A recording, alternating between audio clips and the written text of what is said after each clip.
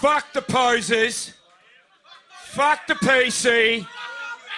Fuck the cancel culture. Fuck it all.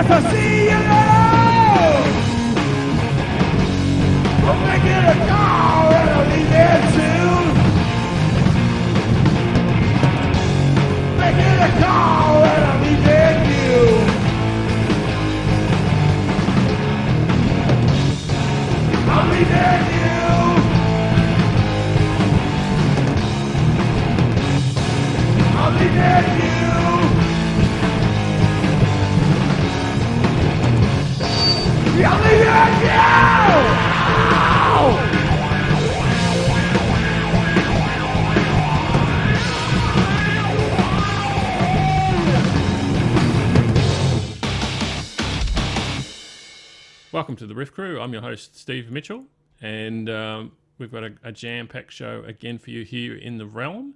And joining me, as always, over in the bunker, the Doomsday Bunker, is, of course, Skull. How you doing, Skull? I'm still the newbie here, so hello, ladies and gentlemen in Cyberland. This is Skull broadcasting from the past, present, and future in the Chamber of the Cosmos, here with my good friend Steve Oz. I'm in on again, off again DC bomb rock band Black Manta. I've been in the DC scene for like over 30 years, know people from all over the scene, and I've been invited to fill in for Andrew for a while, and as usual, I'm really excited to be here. Yeah, I think you're officially part of the crew now, not just filling in. Yeah, but no, I mean, what if someone watches this Wytch Hazel first, but doesn't watch any of the other ones, and they're like, who in the fuck is this? Who's this Yank? Who is this guy? You know, who's this interloper? Who is this guy? So I'm going to introduce myself for a little while longer until everyone knows exactly who I am. Yeah, because I must admit, Black Manta is a slightly obscure band. Definitely not as well known as a Black Sabbath or a Led Zeppelin or any of the 1970 recommendations that you had. And speaking of recommendations, I think we're all over COVID-19. So I've come up with a Colt 69. So no need to wear a mask or run off to get a shot. This is my top 69 releases of 2020. Not in a strict order. I'd say it's loosely in order, but I think if you're looking for anything that's sort of post-hardcore, metalcore, core type music, you're going to be metal. Yeah, well, metal you'll get, but there's a lot of this sort of hardcore or post-hardcore bands that are quite popular these days. I don't really get into as much. So if you're looking for that, you're going to be disappointed with this list. If you're looking for the big names like AC/DC, no. I've sort of gone for bands where, you know, there might have been a bigger band that released a solid album, but, you know, people probably already know about it. So, you know, I've gone for more the unknown or less known bands. So excited to hear them, man. Yeah. So let's kick into it. The Colt 69 for 2020. 69, dudes!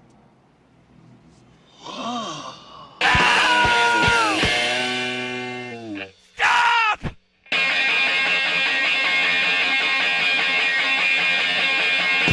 Guitar!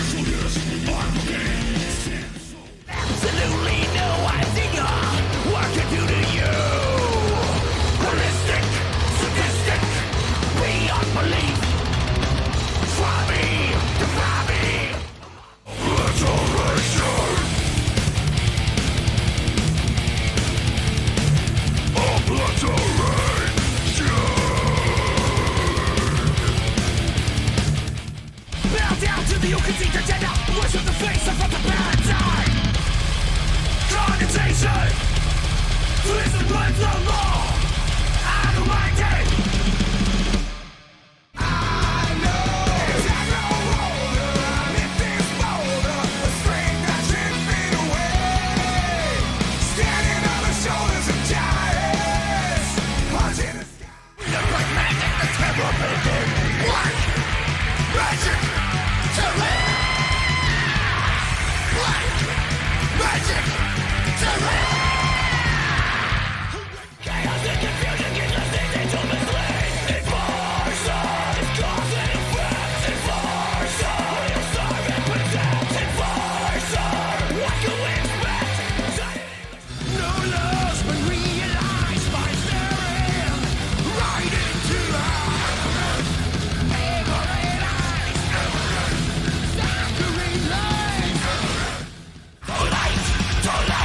the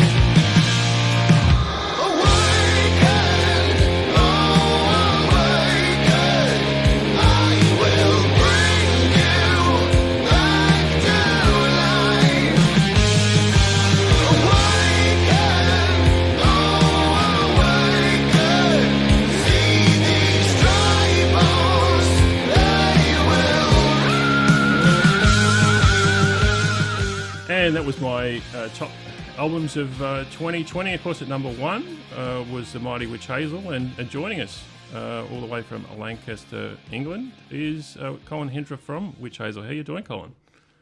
I'm great. How are you doing, Steve? Right.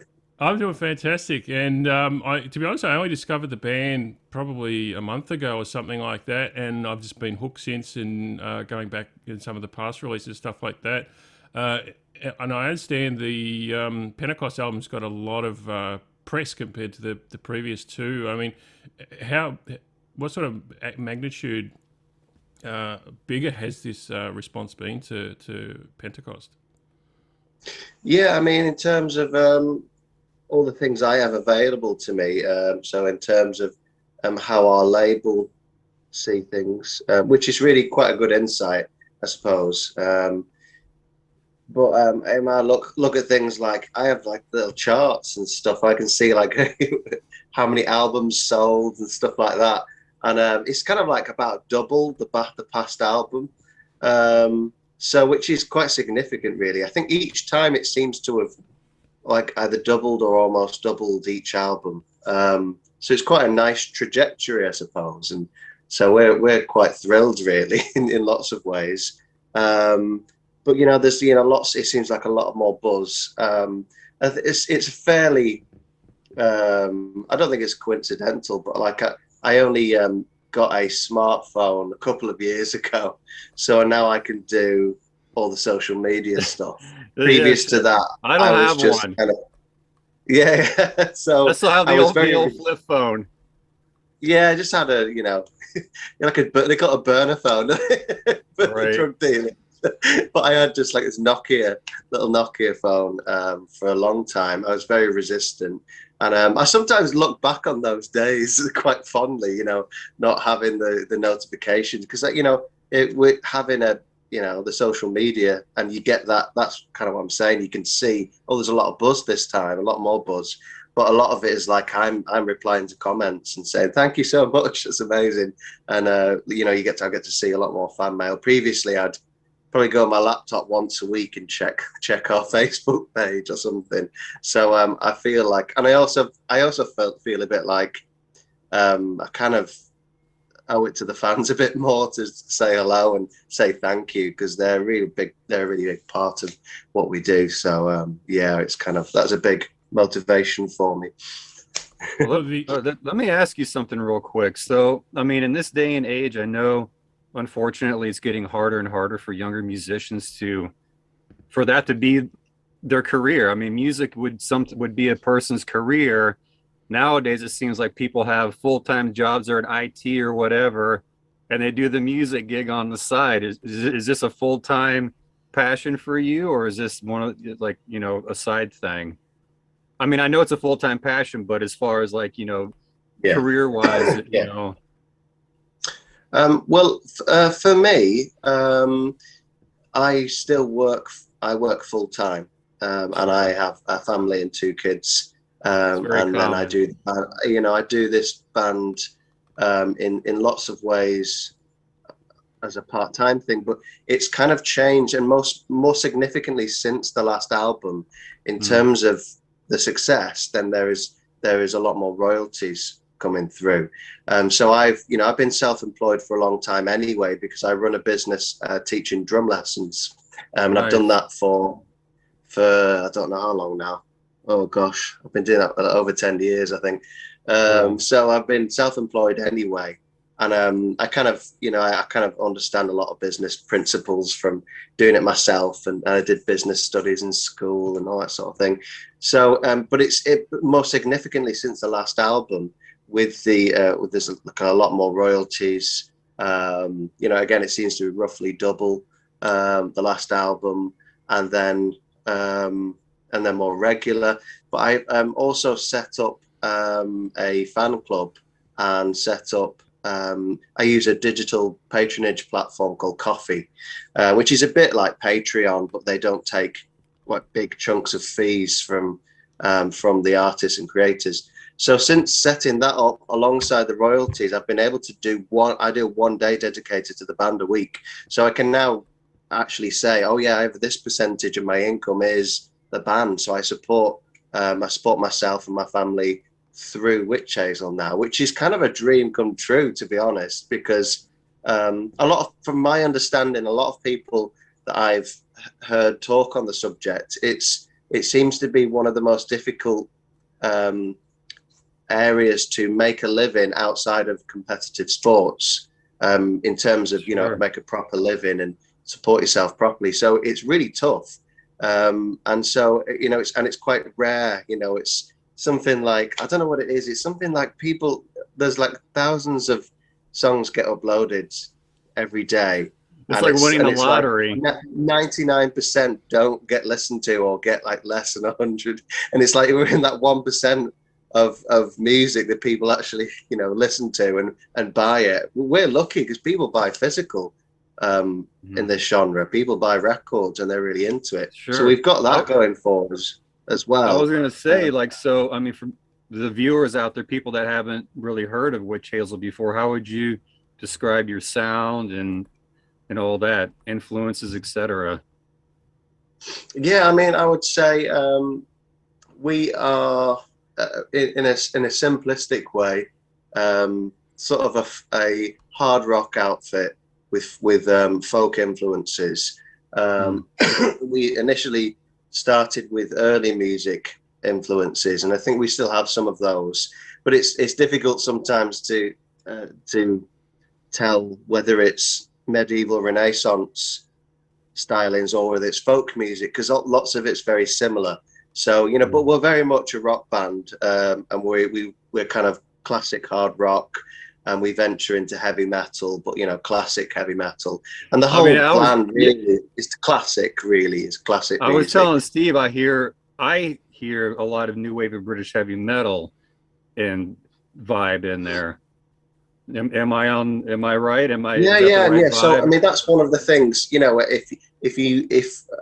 If people are into new wave of British heavy metal, then they're almost certainly going to like Wytch Hazel. And that was one of the original impetus. So I was listening to Pagan Altar and nice. More kind of obscure bands, and Angel Witch and Saxon and all that stuff, and obviously I made but yeah, that was definitely an impetus. But I'm just trying to continue that the band has kind of grown, the sound's grown, and my songwriting has changed. And I think whilst that stuff is always there, and I always love that stuff, I think it's a bit more, the trajectory is a bit more kind of generally classic sounds. That said, like this, I don't really feel like I have a lot of control of the songwriting. So like I sit down and it just happens. It's like, who did that? It's so a lot of the time, I've had conversations this week with our producer, and he was like, "Oh, I'm not hearing a lot of classic Wytch Hazel in the new songs." I'm like, I don't have control over it. Right. It's just what happens. I don't really have a method of songwriting. I don't think, I want it to sound like this one today. It's just, I just get what I'm given, to be honest. I was in a band too, so I know like what you listen to me at the time kind of seeps into the creative process.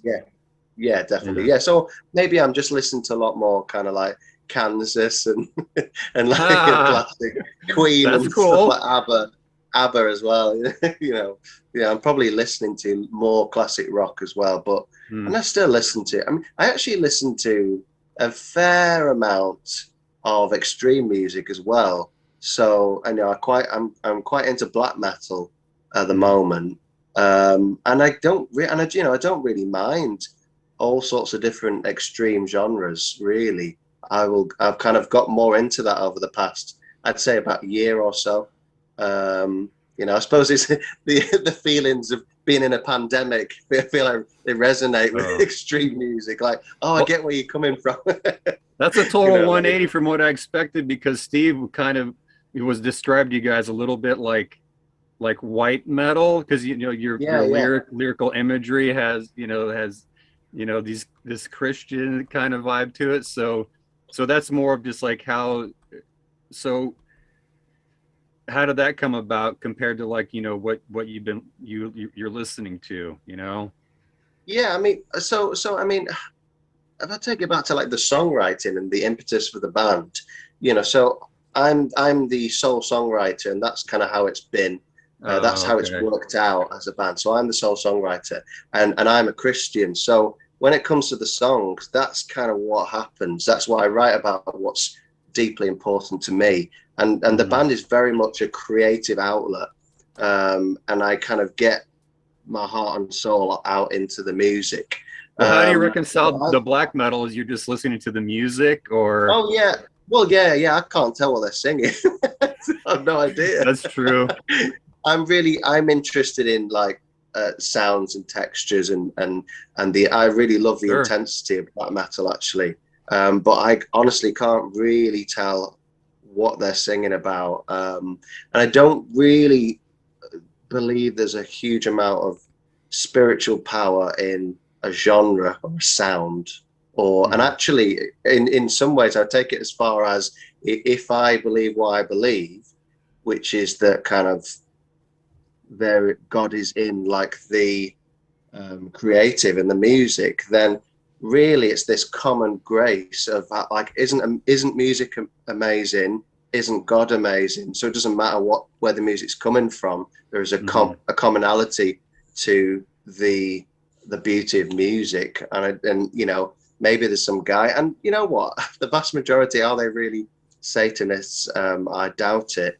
So I don't really think there's a lot of power in it, and to be honest, it inspires me. So I don't really get, you know, if I felt like, I mean, sometimes I don't listen to Ghost very often, and that's partially because I hear the lyrics. So I think sometimes when you hear a lot of those, you think, and I know it's silly, I know it's not serious, but sometimes, if you actually have a belief, then sometimes you're like, yeah, I need to switch this off. It's kind of making me feel down. So, but the black metal doesn't seem to be a problem. I'm just caught up in the music and think, wow, like, how's that guy Tremolo picking that for that long, you know? And I'm really into just the intensity of it. So yeah, I'm just really interested in music in general. It's not just kind of heavy metal. I like a lot of stuff. Yeah, really. I have over 1,000 records here in the Chamber of the Cosmos, and it runs the gamut from what you said. Yeah, you know, I have everything from classic rock to metal to black metal to everything. So I totally understand what you're saying. Yeah. So you mentioned you're the sole songwriter. I've noticed a progression in, I guess, the maturity of each album, both in terms of the production and the songwriting. Has there been much of an influence from other people in the studio in terms of the compositions of the songs, or they're basically sort of set and ready to roll once you're ready to record? Yeah, I mean, it's pretty much a dictatorship, to be honest. Like, the song's done, you know. But I also have a very strong partnership with our producer, Ed Turner. So he has a lot. He has more creative influence. He's like the fifth member of the band, right? He has more creative influence than the guys that, you know, go out and play the shows. You know, the actual band. You know, it's funny because, like, in some ways, I don't really feel like it's we're still a band. Everyone's got a voice, and we call it a democratic dictatorship, where, you know, I have the final say. We actually, at one point, when we started realizing there was more money coming in through the band, I had to write down. I thought, like, actually, we need to know before we carry on. And we end up, people get upset about money. We already kind of had some conversations, but I listed, like, what is your job in the band? What is my job? And what's the expectation? I think you should manage those expectations. And it was a really good conversation because everyone was like, oh, I know what my job is. Because there was things where I felt like, maybe the band should be helping out here. And then, maybe should I be taking a bit more money because I'm basically doing everything. Because I write all the songs. And I organize everyone. I'm like band dad. I just sort everyone out. And book the you're like a practices. manager too. Well, we have a manager in our record label, but I do logistics of, like, we need to be here at this time. Literally, like, play this guitar. I you know, what was written into that thing we went through in that we had a proper band meeting was the creative control. Rest and Colin. That's it at the end, because someone has to you know, like Black Sabbath, Tony Iommi is his band. Like what he says goes. There's a lot of situations like that, but we're kind of a little bit more of an extreme version, I suppose, where I'm chasing an artistic vision, and I'm very kind of uncompromising about it. And our record label are totally on board, sold out for it. Our producers totally like, you just keep doing that. Don't lose what you're going for. And it's not like I don't listen to people, especially the band. Like what they have to say is incredibly important. But if it comes down to it, it's not a show of hands. I will have to make that decision. So it's very much the Colin Hendra project in lots of ways. But a lot of the time, when we go out and do a show, it feels like a band. You know, there's no real difference there. We're a bunch of mates and we're having fun. We have fun playing music, and we're all and honestly, with this band, it's just one of the most positive experiences I've ever. Well, it's the most positive musical experience, just because people just like have so much positive, so many positive things to say and say to us, and it's amazing. We go to shows and we can't walk anywhere really, because people are just like saying how much they love the music, and that's one of the best things really for us, and we experience it as a band. You know, they're not just here for me or whatever. It's a band. Is this your first band, or were you in previous bands? Yeah, so I had sort of a high school band. We had a band called Lake of Fire. And so I was singing, playing guitar. Well, we did have a vocalist, then didn't turn up. And then I decided, well, maybe I'm going to have to sing. And I couldn't sing, but I just started trying. And then I taught myself anyway how to sing. I had these singing tapes that my mom gave me. And this American guy, it was like American Christian, quite cheesy tapes about singing and stuff. And they were really good because I learned how to sing. I understood, all right, my vocal cords are here and this is what I do for support and all this stuff. So I learned to sing, and then that was the band, and we did that for a number of years, and we practiced every week. Jack, our drummer in Wytch Hazel, he was the drummer in that high school band. So I've been playing with that guy for a long time. He's my best mate. So yes. And then I also I drummed in a band called Eliminator from the UK, which have a new album out actually soon. They've done a release, so they're worth checking out. So I played drums in that band, and then I went off to university and started Wytch Hazel. So yeah, always sort of feel like I'm always been in bands, I suppose. Well, did you end up, has there any other bands you played with? I don't know why I saw on Metal Archives, it says that you were in Angel Witch. Yeah, I know, it looks better than it is. It's like, oh yeah, I was an Angel. I played one show with Angel Witch. Hey man, that counts. You're part of the family now.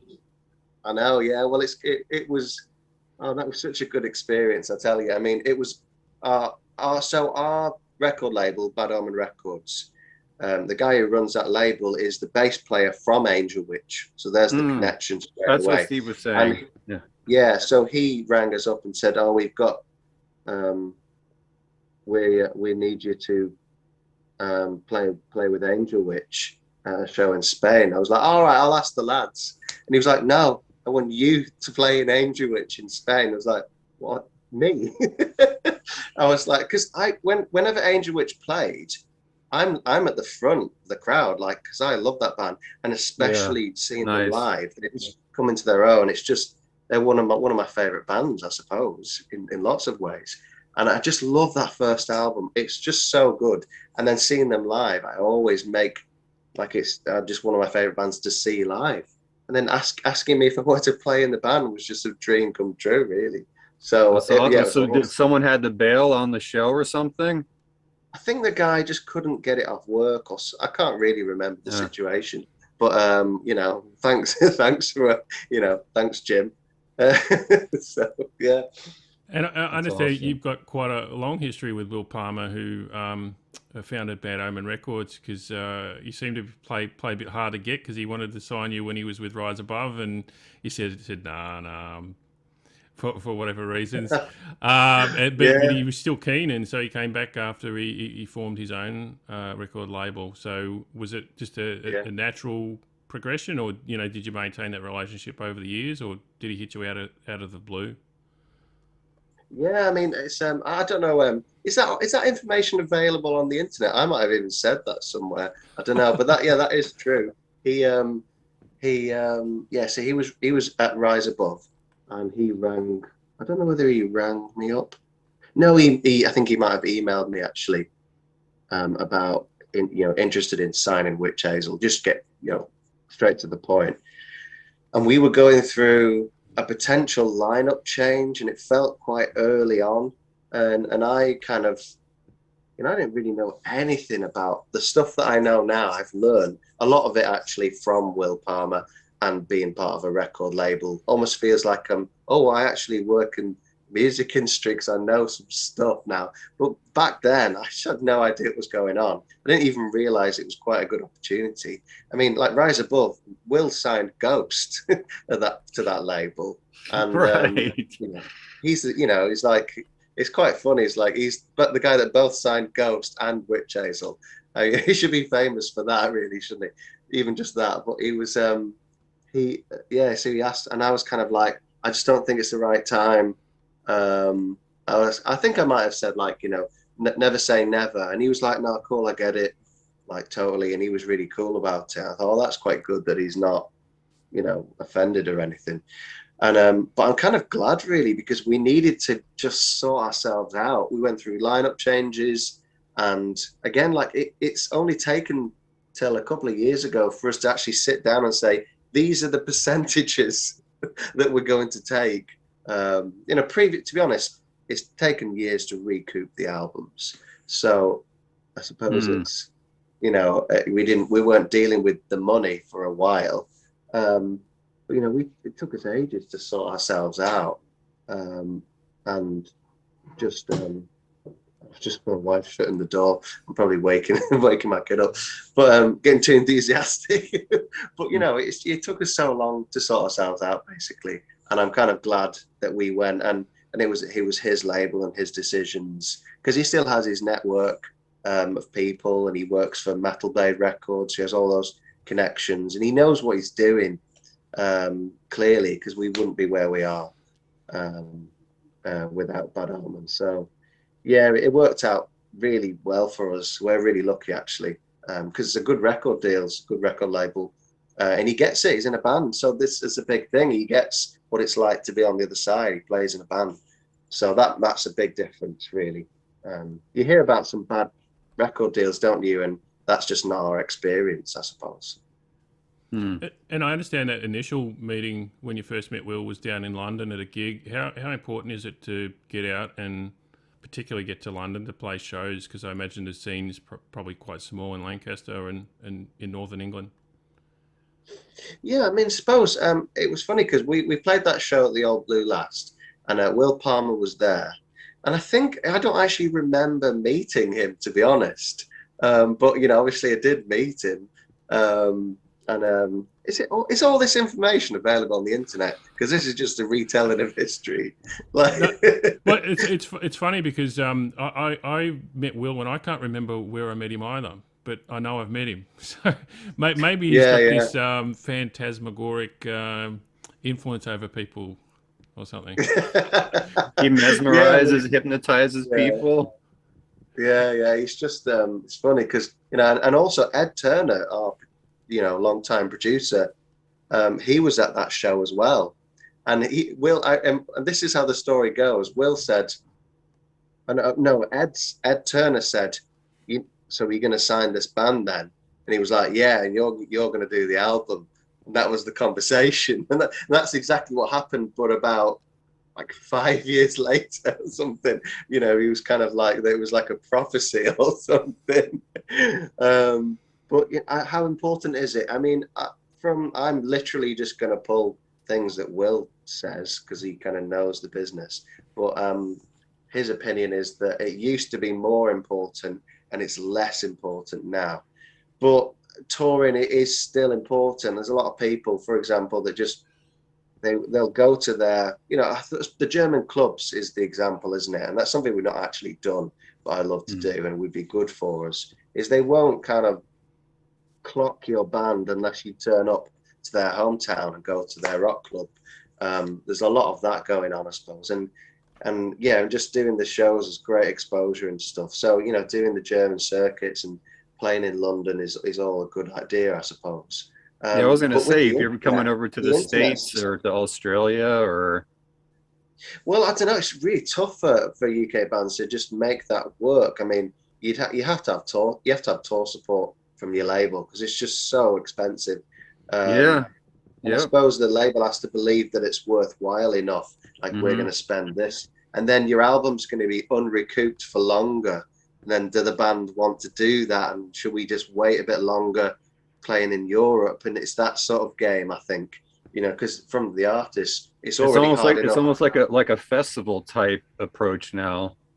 Well, yeah, that's kind of what we've been like. We'd do the Muscle Rock and the Keep It True and Pyrenean Warriors and stuff like that, and Hello Hammerberg, and it's just we'd do those festivals, and we've not done any great touring. I mean, well, not proper touring at all, actually. But yeah, it's a tricky one, really, because we haven't actually. It's mad, really. We haven't done that much in the space of time that we've been going, and a lot of that's to do with the fact that I do work full time and have a family and stuff. So it's not as if I'm going to say see you later, everyone. And I'm being a teacher. I have enforced holidays. I work in a school, work in schools, lots of different schools, going around teaching guitar lessons, and then I run a business teaching drum lessons, and then I do the band. I do all the band accounts. And I drop my kid at school. I try and have time with my wife, and it's just and I'm busy in my church. I play drums at church on a Sunday sometimes, and I meet church friends in the week. I'm quite involved in my local church, and so I'm kind of like super. You're rocking for the Lord. Yeah, and so in lots of ways, let's go on a tour has been. Up until now, I can go one day a week. It's been like, is this Colin's pipe dream? I can't just go on. I'm just going to go on a month tour because it's just not going to happen. Whereas now it's like, well, actually, this is my job now, and I treat it that. I mean, I've always treated it that way because it takes a long time to grow a normal business, despite one where the odds are stacked against you. And the genre is stacked against us. It's a very niche genre.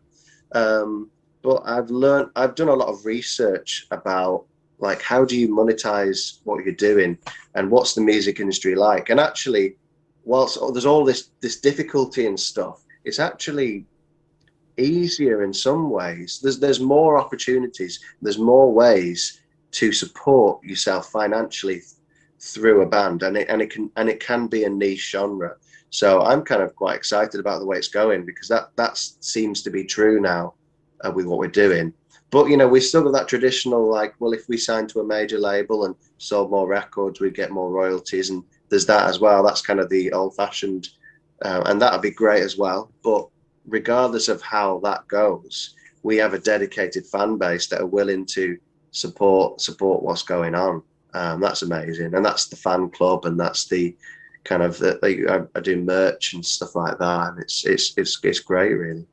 I have a tendency to go off topic. I can't even remember what you asked. No, that's cool. But I wanted to ask you. I ask everybody this. So I mean, you sing and you play the guitar and you play the drums. You're a multi-instrumentalist. So who would you say your favorite drummer is, guitar player and singer, or who influences you, etc.? Yeah, I mean, I really, it sounds really obvious, but I am a big fan of John Bonham. I'm quite kind of deeply into John Bonham's. A master's a master, right? I mean, yeah. I mean, it's kind of an obvious one. And then after that, an unsung hero is Brian Downey of Thin Lizzy. I feel like he's the unsung hero of the 70s. I mean, that guy is insanely good, and there's some stuff that he does. It's just his timing and his swing, really good. And obviously, I love Cozy Powell, love Ian Pace, and just a whole host of Ward. Yeah, totally, absolutely. I had to throw him in there. Yeah, and I love all that stuff. Pert. Yeah, no, I do. He's not up there really. I mean, I like what he does, and he kind of makes it. You know, he made Rush. You know, it's just it was him as soon as he started playing. It's like that's a really tidy drum sound, but not kind of like super my thing. But I do appreciate. And actually nicked a lot of his fills as well, to be honest. Anyway, so. Yeah, just those around the toms. Nicked a lot of those. The triplets. Yeah. Just the kind of like flourishes in between the main beat. So yeah, nicked that off Neil Peart. And then in terms of guitar playing, I really like Gary Moore actually. I think he was amazing. Nice. Michael Schenker. Kind of blues rock players. UFO, man. Yeah. I mean, in terms of new players, a lot of people don't like the guy, and I think there's external reasons why. But in terms of purely playing, I think Joe Bonamassa is an absolute monster of blues rock. And I actually like a lot of blues guitarists, to be honest. I mean, new players, I like Gary Clark Jr. I think he's just awesome, actually. Everything that guy does is just great, actually. I really like. And yeah, just like a lot of those kind of American blues guitarists. But yeah, Gary Moore, Michael Schenker, kind of really up there for me. Kind of, I don't know, those I think their playing has kind of stuck the most in terms of the soul. Did you ever see Schenker? No, I'm asking because I saw him one time and he blew my mind, but I wasn't sure if you had a chance to check him out yet. Well, I suppose it's like Schenker at that in a time capsule at that time. I mean, I'm sure he's great now, and I've only seen really probably a handful of videos of like live shows and footage, and I've watched his playing and his solos and stuff. But I really love watching the old footage. And it's not just the playing; it's the guitar sound. It's everything there. And like the guitar solo from Rock Bottom is my all-time guitar solo, really. And it's just like such an improvised sort of throwaway thing, and it's just it's like Black Sabbath. It's like Black Sabbath 1 was like done in like a couple of days, just pretty much, like a 1 session, or something crazy like that. Is it because they just come from playing constant shows and touring, and then just went into the studio like it was a routine thing, and then came up with one of the most classic albums out there, and then as if it was just routine, That was one of my picks. How about that? Steve? Yeah. There you go. So it's just kind of, I suppose, same with Schenker. The guy had done all the German circuits before he was like 17. Oh, yeah. And so he was like ready to go in UFO from early on. Oh, yeah. And the Screaming in the Night, the live album is just a monster. Yeah. So, yeah, I mean, I've kind of, in terms of guitar solos and playing and all that sort of thing, and a lot of the time I'm kind of just into like the bands and in some ways it's like, what's the overall sound? I'm kind of into songs and music and bands and sounds, and it's in not just virtuosos, but if it has to be virtuosos, those two guys stick out to me a lot, actually. But bands and music and songs and stuff. What about vocal wise? Well, Freddie Mercury is kind of just very much just nice. number one by a country mile. I just don't think it's really fair to compare anyone. I don't think anyone's really. He's just kind of number one up there for me. And then in some ways, like I suppose Rob Halford comes second. But it's not really fair to compare Rob Halford to Freddie Mercury because they're so different. But I mean, I like both of those vocalists in terms of the versatility of them, and particularly I know Rob Halford does a lot of this is the Judas Priest sound now, and this is how I'm going to sing. But if you listen to all those 70s albums and what he could do with his voice, and Rob I think could he do said, anything. Yeah, it's just Him and Freddie could do how anything. versatile. Yeah. Oh yeah. And yeah, so I mean, yeah, definitely. Like again, if I had to pick two top vocalists, and I don't know really. Again, it's a lot of the time. It's kind of I like the band. It's the band and the overall, like what's the music from that band.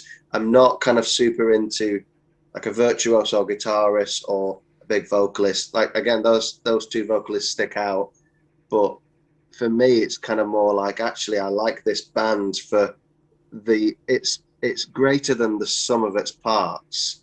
So if I listen to, if you listen to Iron Maiden, it's not just because I like Bruce Dickinson or Dave Murray as individuals. It's when they come together, it's better than those as individuals. It's the overall sound, and then the songs, and then and the production and everything. So I'm kind of, I'm into like bands and kind of, music in general. So I'm kind of, I'm not super into. I mean, I like some virtuoso players and stuff. I like Paul Gilbert. I like what he does. But it's I prefer to listen to Mr. Big. You want the whole unit together, everything, yeah, all the magic together. Yeah. Music's to be played together, isn't it? So that's kind of what I'm into. And I noticed in a couple of moments in some songs, you actually reminded me of Cat Stevens. Do you listen to Cat Stevens at all? Yeah, I've heard that comparison a few times. I have, and I admittedly only listened to Cat Stevens because people have said you sound a bit like Cat Stevens, and haven't managed to, in all honesty, really get into it very much, and kind of it hasn't grabbed me. I've had a couple of attempts, but it's something I probably kind of need to get back into. But I've got a long list of things to listen to and I want to get into and try out. I feel like I have a high standard because some people are like, oh, this artist and band's really good. And sometimes I'll listen to it and go, it's all right. But then I think, but like when you've heard Black Sabbath, like lots of other things are just not really as good. Do you know what I mean? Where do you go from there, right? Yeah, I'm kind of like, well, what about Black Sabbath though? I just keep listening to them, So yeah. Skull forgot to mention you also play piano. You don't Yes, stop. I do, You don't yeah. stop at guitar, drums, and vocals. No, apparently not. Is that sort of like your first instrument of choice when you're coming up with new ideas, or do you pick up the guitar more often than not? Or which one do you tend to sway to, just coming up with new ideas? Yeah, piano is definitely the number one. That's how it's panned out. I don't think it was at the start. It ended up being more. I had this little 3/4 classical guitar, which I used it to teach. I've used it to teach for years. I kept dropping this guitar over and over again, like it was in a case, like a soft case with protective thing. Kept dropping it on pavements, but eventually, after gluing it back together 3 times, I lifted up this case and I hadn't zipped it up and it just fell, and the whole front face of the guitar went like this, which is a bit sad. So I had to get rid of this guitar. But I wrote a lot of songs on that guitar. It's this little, it's a 3/4 classical. It's like a kid's, like a primary school, high school classical guitar. But the neck's thinner, like an electric. So rather than I have wide, one of those. Yeah. It's So a little classical. small guitar, yeah. Yeah, so but the neck's more like an electric, so I do all my electric licks. and easily play chords like an acoustic. So I wrote a lot of songs on that in the early days. But nowadays I'm just writing. It's so quick to come up with ideas on piano, and just with the two hands and the chord and melody. And so I feel like I've got three things I can do. I can do some rhythms and chords, and then right hand melodies, and then use my voice at the same time. Sometimes with guitar, it feels like there's only two things going on. So if I want a perspective, like I said, it's all the parts together. Piano gives me big like drum rhythms, and I can get a stronger idea of what the song's going to sound like as a whole. But I'll still jump over to the guitar and try something, then go back to the piano and then try it again, and I'll just try something on drums and get that sound in my head, go back to the piano with the drum sound in my head. So sometimes I have a circuit in my practice space where, because I've got the drum set up, I've got a guitar that stays there, and I'll plug it in. And after I've finished some teaching, some lessons, I'll sit down and on the piano, I'll come up with something, I'll play something on guitar, and I'll go back and I'll do a bit of a circuit, really. So it's primarily piano, but I'll jump around because I want to know what's this basically going to sound like as a finished song with drums. Drums are quite a big part of what I think it's going to sound like. I've almost instantly got a feel and a rhythm, and I think, right, that's the drum beat. Almost just that's what's given there, I suppose. So yeah, if that answers the question, mainly piano. And I understand you have a lot of background in terms of music theory and music training, and for example, medieval music. I understand you've studied and whatnot. How much of that sort of translates into the way that you approach writing songs?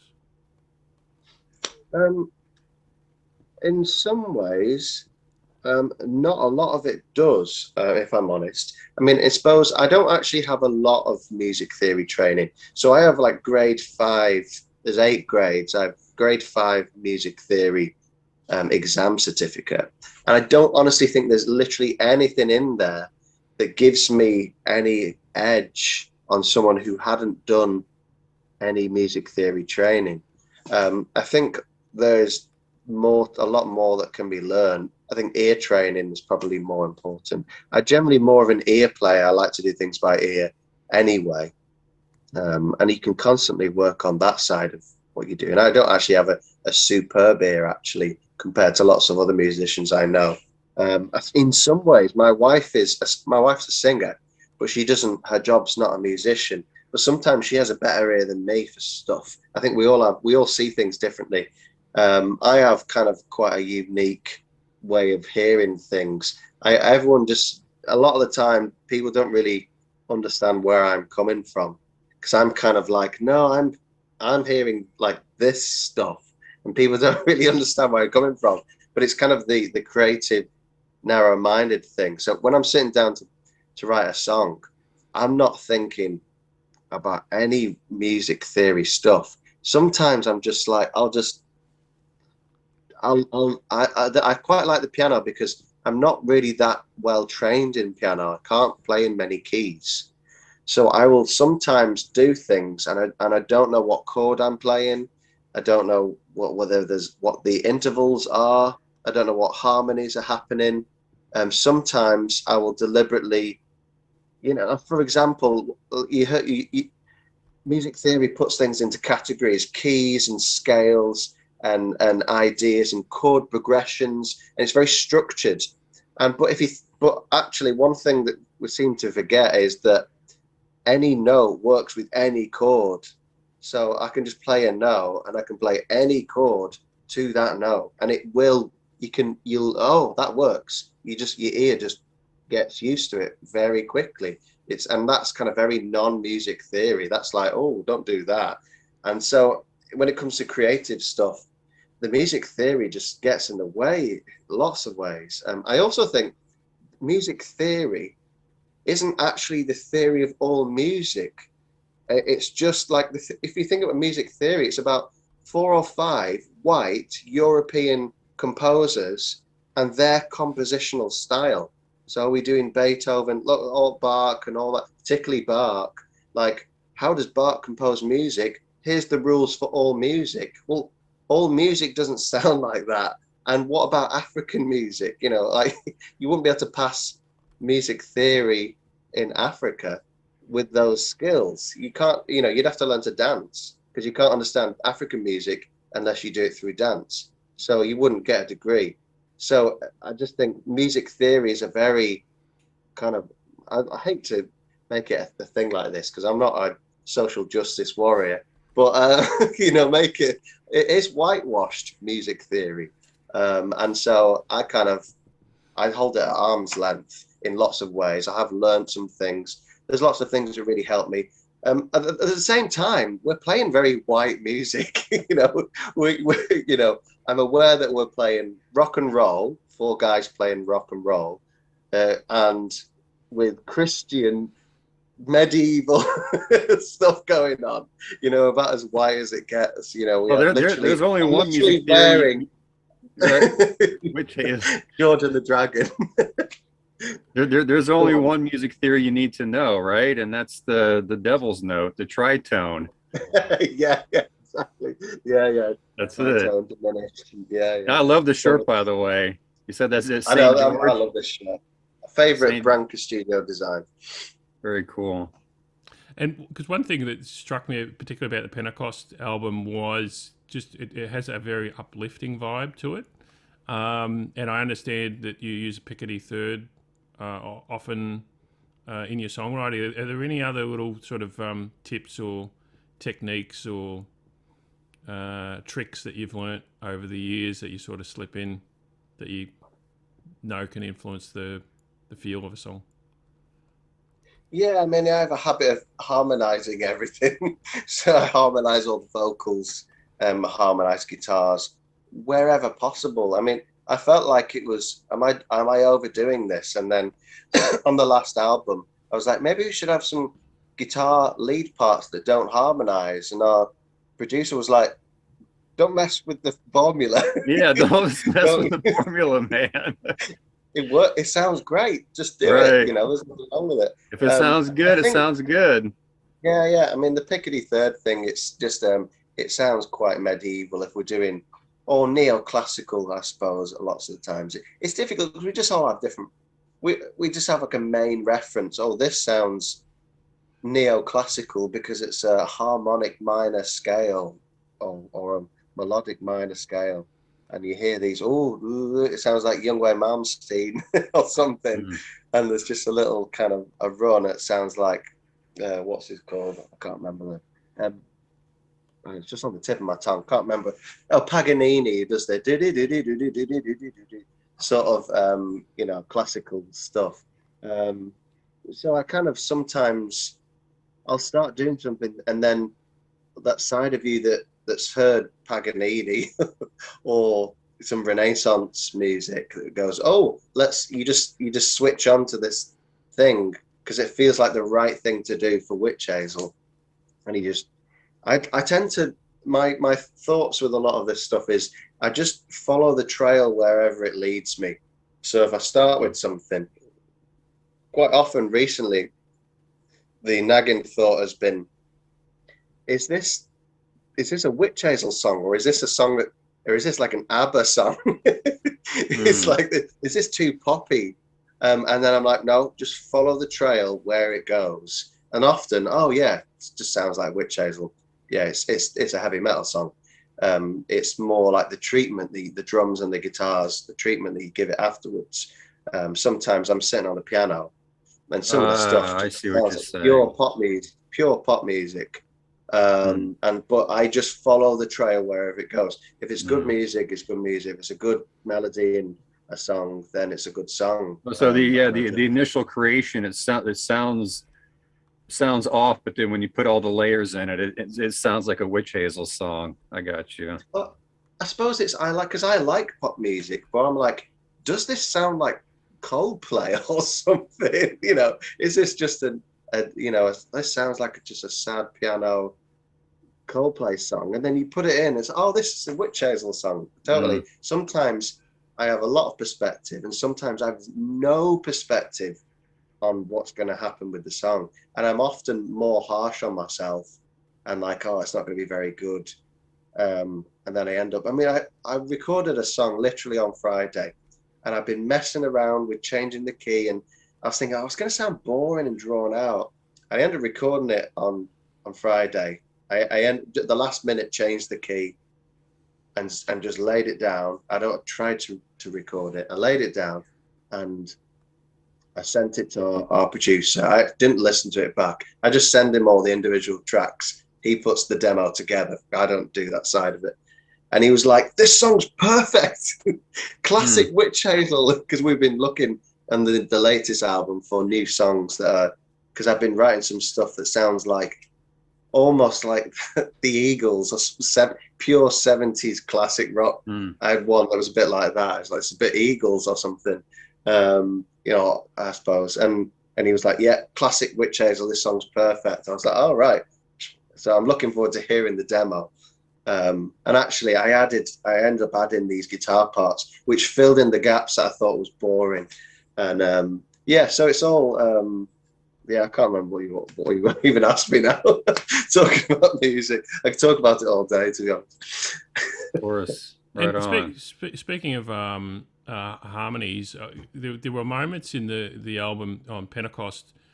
It reminded me of Gentleman's Pistols, and so it didn't surprise me when I saw the liner notes as James Atkinson mixed not only Pentecost but also Sojourn. Is his role in particularly Pentecost, was that more just getting the right sound, or was he throwing in some ideas as well in terms of compositions?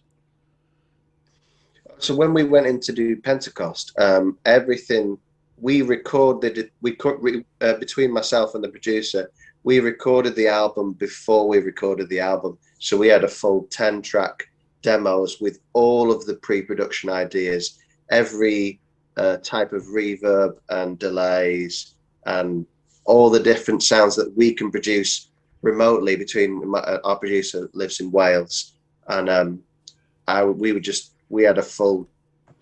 spent months and months and phone calls and what about this? And I'm thinking, and then we're like, right, now it's up to us as the lads to get into the studio and lay that down live, because that's us all working remotely.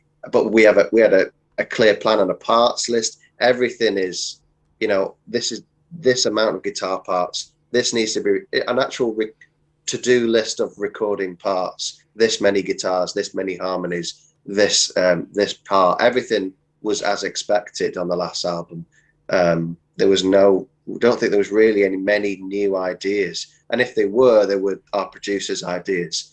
Whereas James actually ended up finishing off and properly mixing the whole album after our producer had he'd worked on it in his studio, which is actually a shed, but it's his studio.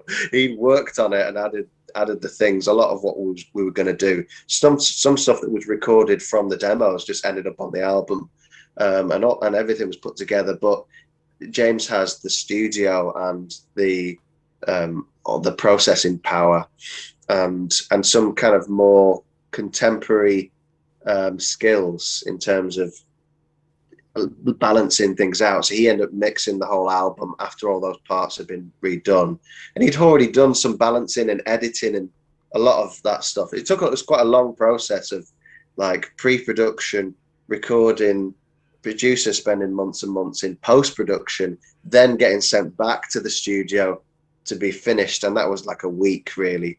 I think it got to finish it, and that's the final mix. So James he mixed the album. So it was but from what was a long process, so he didn't really have to do much. It was just his way of mixing an album, which will be similar to, well, the same as he mixes Gentleman's Pistols. So I suppose every producer has their own way of doing things, and a lot of time it's quite different from another producer, but they end up with the same result in a balanced mix if they're a good producer. So he just puts it's just his own method, I suppose. And he balanced out the album and corrected things and kind of made it more punchy, actually, which is some of the more contemporary sort of skills. So yeah, he did a great job, actually. Both of them did a great job. And the maturity of the band over the 3 releases, or even going back to the EP and earlier recordings, there's definitely been a progression in terms of not just the songwriting but the production as well. Is that a reflection of just more time made available, or more experience, or a combination of both? Yeah, I mean, when we recorded Prelude, I wasn't as organized. I mean, I'd actually, after doing the album, realized, oh, I actually didn't record that part. I missed things out. So I went into the second album. I had my parts list. That's when I started being super organized about like this. You have to be. It's not like, oh, we'll go into the studio for a month and then write an album, record it, and see what happens. It's just the opposite. Everything is scripted. It's this dictatorship and then coming straight back in. But over time, I've been like, right, how can I be more organized this time? How can we be more prepared? And it's just a progression of more pre-production, more kind of organization. And we don't spend a long time in the studio. We'll spend like a week getting it all done. And that there's a lot to do. And on the last album, there was more than double the amount of parts on every guitars and vocals, more than double the amount of parts, and then all the organs and acoustic guitars and piano, and my dad came in to do the cello, and we didn't really have enough time. We booked 8 days. We booked 8 days in the studio. We ran out of time, so I had to do one more to finish off the vocals, and then one for my dad to do the cello. But it's still not very much time, even.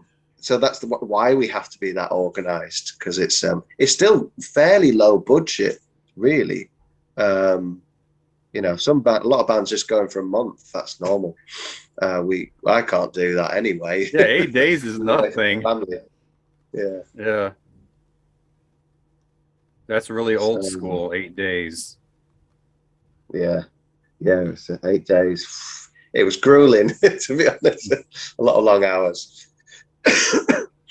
And I understand you're currently recording, or in the process. Is that a new Wytch Hazel material or something else? Every week I'm doing demos, but we've been working between myself and the producer on a kind of side album, a sort of an in-between album, which is kind of got a lot more of an acoustic treatment and maybe has more 60s and some kind of 70s influences that are not strictly kind of straight up kind of rock music. So there's different things going on. It's kind of like a reprise of older Wytch Hazel songs that have got different treatment. So it's not strictly an acoustic album. There's a lot of drums on there as well. So we've been working on that, and it's taken a lot longer than we expected. We actually expected it to be out, and I've got studio time booked to finish off the vocals, because we realized it's been really tough working remotely. It's been okay for demos, but to get something that's a finished product, and if there's no one in the room with me to do vocals, for example, it's been really tough to get those vocals right. I bounce off someone in the control room saying, just do that line again, sing it a bit more like this, get this line, because I do doubled vocals. So if I double track things, you have to get the end of the line and sing it the same way, and we finish on the same beat. And I find that so hard. If you're just in the room on your own with a mic, it's been really tough. So it's taken a lot longer, but we've got that side project. And then we're also working on new Wytch Hazel material, which is coming along nicely each week. It's like roughly one new demo a week. So there's a few more demos, and then I need to kind of write in between, try to get another song and stick to about one new demo a week. And hopefully want to get into the studio next year to do a new Wytch Hazel album. So that's roughly the plan. We'll see how that goes, I suppose. Awesome. And on the live front, I understand you've got an international show book. I'm not sure if you can announce that yet, but is that something you're looking to sort of in the short to medium term, maybe just in the UK? Yeah, so we've got one show booked in our hometown, Lancaster, on the 13th of November, and we've also got this show. I'm sure I'm allowed to say. I mean, I can't say what it is, but we've got a show booked in Greece next year. So that's all really I can say. I think so. Yeah, we've got a show booked in Greece next year, and I don't think it'll be long till that's announced. To be honest, I shouldn't imagine it's very long at all. Probably even maybe in a month. I don't know. We'll just get told when it gets released, and then we can all synchronize our announcement or whatever. So that's good. We have a booking agent now, so it's been quite a nice experience. I used to book all the shows. I did a terrible job of it. It was just like getting everything wrong. And, you know, we used to hire cars, and I was like driving us to shows on the other side of the road. It's just stressful situations, and so now we have a booking agent now, and it's just they can just book the flights and sort it all out. It's great. So it's really good. Yeah. And are there any sort of dream locations or dream festivals you'd like to play one day? To be honest, I don't know really. I mean, I've not really thought about it very much, actually. If I'm not really thought about The Maryland anything. Death Fest, so I can come see you guys. There we go. So that one. No, I don't think I've really thought about, if we played this. I mean, I know that kind of like what used to be Monsters of Rock. I think it's called Download now. I've never been to any of these festivals, but it would be cool to play like a big UK festival, perhaps. And obviously, it doesn't feel like we're very much. It still feels like a fairly small band. You know, we're not a local band, or we're not really a small band. We're a fairly small band. It's medium level of success. So it's not like we can say, yeah, we've already played in the US, but I can dream about playing Madison Square Garden or something. You know, there's always that, I suppose. But yeah, and I also like these smaller festivals. Muscle Rock's my favorite festival I've ever been to and played in Sweden. So that's great. And Keep It True was a great experience when we played. So that'd be nice. We did get asked to play Keep It True, but it got pushed back, the dates. It got changed so many times for their local restrictions, which is really sad for them, actually, because they were trying to get it sorted. And then it was so close. And then it fell on this weekend that myself and Jack, we just could not do. We had previous engagements, and we're like, we can't get out of this. So we were going to be playing to Keep It True. I think it's next month, is it? So it's probably 5 weeks away now. It's all very short notice stuff. But maybe next year. So we've been asked once, so we might get asked again. Cool. And just one final question I have before I throw the skull. With the choice of, because on Pentecost you released a music video for Spirit and Fire, was that a personal favourite on the album, or is that something that the record label suggested? Because it's pretty tough to pick the best song on that album, because there's probably half a dozen you could have easily picked for a music video. Yeah, I mean, that's why our label said, you know, he was like, there's a lot of great tracks here to choose from. It's like a nice problem to have. So that was quite nice to hear in lots of ways. You know, obviously I thought the songs were good as well. I suppose we had an idea about the plan, because the plan was release a single, release another single, then release a music video, and then release the album, which I thought was quite smart because it did build up momentum. That was kind of just an example of how Will knows what he's doing. He kind of sorted it out in that way. It was like we definitely wanted to release Iron Redeemed first, because it's business as usual. It's very Wytch Hazel. It's got that stamp all over it, and it's exciting enough and different enough in some ways with the organ solo and things. But also, I kind of felt it felt right because Spirit and Fire was basically epitomized the title Pentecost, and it epitomized the whole lyrical content. So it felt right, really, for that, if we're going to do one music video, to sum up the general spiritual lyricism of the album in that video. And yeah, so that was kind of it just kind of lined up that way, I suppose. I think we released Dry Bones. I don't know. Did we release that as our second single? I don't actually know. It might have been Dry Bones, something like that. Who knows? And Skull, do you have any final questions?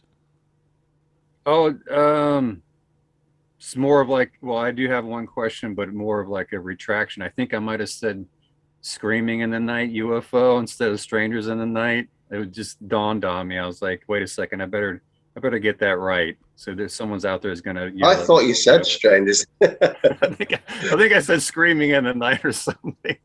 Better get that right. I know one of my friend Kevin, actually, who lives in England, will be like, hey, wait a second, did he? Well, my question to you is, did you have any last thoughts or any to the fans or people out there watching right now about, the future of the band or where you guys are headed or anything, just anything like that?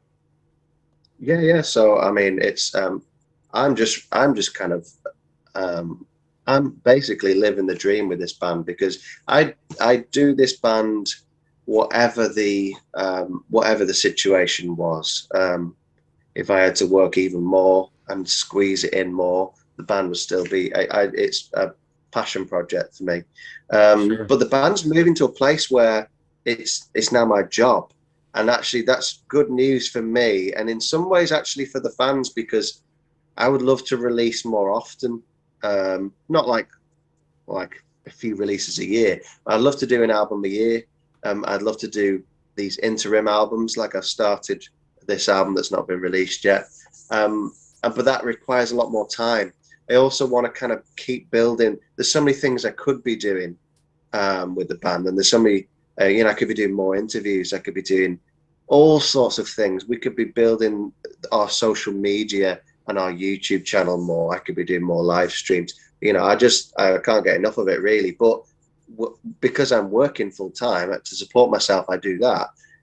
It's kind of, I just do this amount of time. So there's this balance going on where I'm super grateful for the support, because I now do 1 day a week, but I'm also like, what about 2 days a week? So we have this fan club, and if people like the band, please support us on social media and all. That actually is supporting us. If you just literally like whatever your preferred platform is, we're all over all of them really.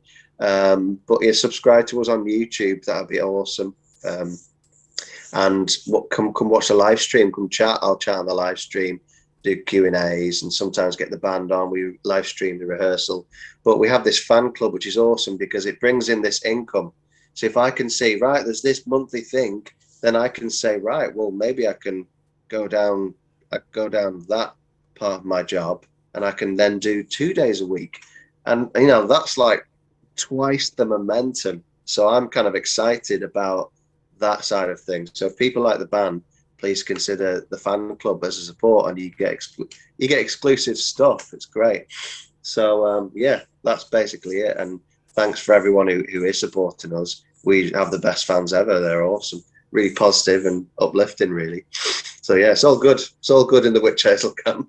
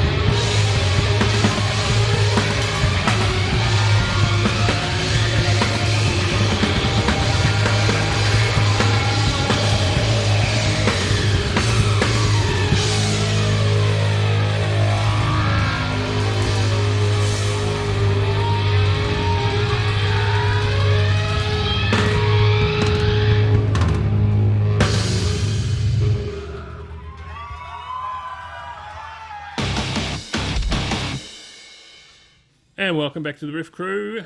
And that was a great interview, Skull, with Colin. Enjoyable discussion. Obviously, I'm quite excited about the band because it was my pick for 2020, and they're great. You know, out of your list, there was a few bands that jumped out at me, and that was one of them. Really fantastic. I can't wait to get into some more of their catalog. And speaking of other great albums, we'll bring you some more recommendations of our own that may not be that well known. I'll jump into mine first, if you like, Skull. And that is, go for it. As mentioned in the interview, related to Wytch Hazel in Gentleman's Pistols, because James Atkinson, of course, mixed the last two Wytch Hazel albums. This album that I've recommended is At Her Majesty's Pleasure. If I recall correctly, the band has released 3 full-length albums. It's probably been about 6 years since they've released one. This is their second album, and I think it's their best album. Of course, Bill Steer joined the band, I think, on this album. Bill Steer. And I saw them 10 years ago at an Orange Goblin Christmas show, and one of the best sounding live bands I've ever seen. And this album certainly doesn't disappoint. It's just straight up rock, you know. Well, he's an amazing guitar player. An amazing tone. He goes back. He listens to he's into all of the masters, and he brings that and he takes that vibe and that sound and he modernizes it and just he's a great player. Yeah, and I've got their first album as well before Bill joined the band, and that's great as well. But for me, this is definitely the pick of the bunch, because their third album was on a major label. It might have been, you know, something like Nuclear Blast or something like that. And it was solid, but this one's just full of just great songs. And it's funny, when my son was born and he was an infant, I'd actually put this album on to put him to sleep. It used to calm him down. It's like, let's rock out. So, you know, it has the magic, brother. It has the magic. It's not the lullabies he wanted to rock out to put him to sleep, but fantastic, just straight up rock album, and really one of the most enjoyable bands I've seen live, because just a great sound, very powerful sound, and it's just a shame that we haven't had any albums over the last, I think 2015 was the last time they brought one out, and this one was released in 2011. So it's been that was released 10 years ago. So he's one of those guys that can't sit still. He jumps from project to project. He did, you know, he's the Gentleman's Pistols and obviously Carcass, and was in a band called Firebird, pretty sure, and they released 3 albums, and so he's that guy. He's always doing something. Yeah, I think that was with Leo Smea Cathedral and Ludwig from Spiritual Beggars, if I recall correctly. So if you're just looking for a good rock album, and you know, this is definitely although Bill's obviously got his signature sound, definitely driven by James Atkinson, who mixed the Wytch Hazel albums, and love this album. So check it out. Cool. So, Skull, what have you got in store for viewers? Before we do that, there was one thing I realized. I knew that I wasn't going to be able to remember everything for my honorable mentions, and I'm sure from my list, I'm sure there was something, someone's like, hey, you forgot X, Y, and Z, but I realized after my honorable mentions that there was one album that I had to show, otherwise it just wouldn't sit right with me. But first of all, here are the records that I was supposed to show last time. I couldn't find them. It must have got edited out of the show, but there's the Stooges Funhouse, and then there's the Grand Funk Live album. I just wanted to show those real quick. But the album that I was talking about was an absolute megaton, bombastic, fucking just a monster of an album. That album is called Randy Holden Population 2. There's only 2 cats. It's called Population 2 because there's only 2 cats in the band. He was in Blue Cheer. It was after he left Blue Cheer. He was one of these volume freaks, one of the original volume freaks. If you look on the back, they're literally, the album is being recorded inside of a cathedral, and you can see it. These are stacks and stacks of Sun amps, just obliterating and fucking melting your face off. So this is a monster of an album, and I knew something just kept itching at bugging me, and I was like, I know I forgot something. And so I just wanted to mention that album real quick. It's also signed by Randy Holden here on the bottom as a special release, and I thought it was really important to mention that for all the psychedelic freaks out there. It's a must-have. But I wanted to get to my pick, and it had to do, because we were talking about how, Colin's beliefs in his white metal, which is really interesting because, there's in rock, everyone's, or heavy metal, everyone's trying to be dark or whatever. And it's an interesting balance to all of the dark, heavy black metal bands out there and all that. So it's really cool. And I was thinking, there is a subgenre called white metal. I don't have a whole lot of it, obviously, but out of the white metal movement or white metal genre, which actually might have been started by this exact band, is a band that we've mentioned before with the passing of Eric Wagner, was Trouble. And I thought I would take the opportunity again just to talk about their importance in the scene, and just in general, just how important they were in the whole evolution of music and in doom metal. And so, I don't have these on vinyl, but of course the very first album, Psalm 9, Trouble the Skull, and I have the other albums as well. Run to the Light, Manic Frustration, but the album, and I also have Plastic Greenhead and a couple other ones back here somewhere. But of course, the one that I really want to highlight and talk about, of course, is Trouble, Trouble. This is an undeniable, quintessential doom metal masterpiece. And when I say that, I'm not exaggerating.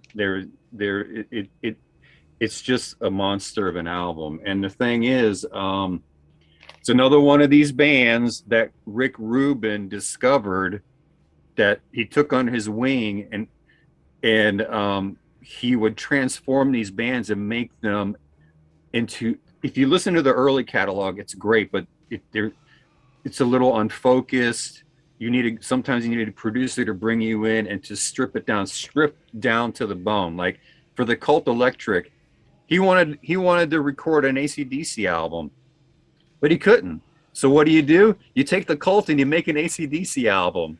Fucking fantastic album. He wanted to record Black Sabbath. He couldn't record Black Sabbath. What do? You take Trouble, strip it down, you make a Black Sabbath album, like the best album that you can make. Obviously Danzig is, Elvis or whatever, heavy metal Elvis. But he did that with many bands. I mean, he even worked with the Chili Peppers, and famously later on he did produce AC/DC's Ball Breaker. But this album, from start to finish, I remember getting, just like all of us kids back then, we all watched Headbangers Ball. I saw the video for End of My Days on Headbangers Ball.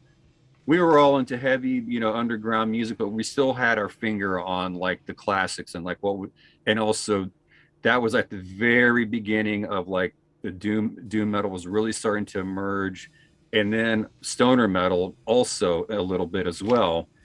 And when I saw that video, everybody was like, holy fuck, what is this band? Is this it looked like an old Black Sabbath video or something. We all immediately run out and get it. It fucking blows our minds. Luckily I got to go see them. They opened up for Danzig 2. That's a whole long story.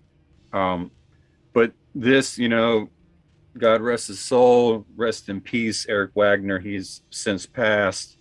But he's one of the masterminds in the band, along with the guitar players.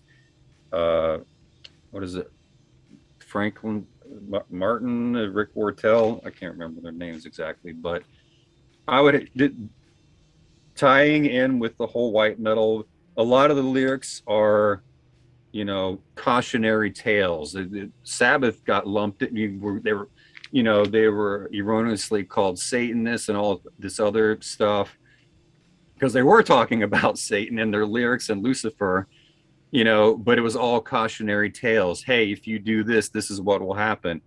The same thing with Trouble. And at the time, I would have to say they took a pretty bold stance.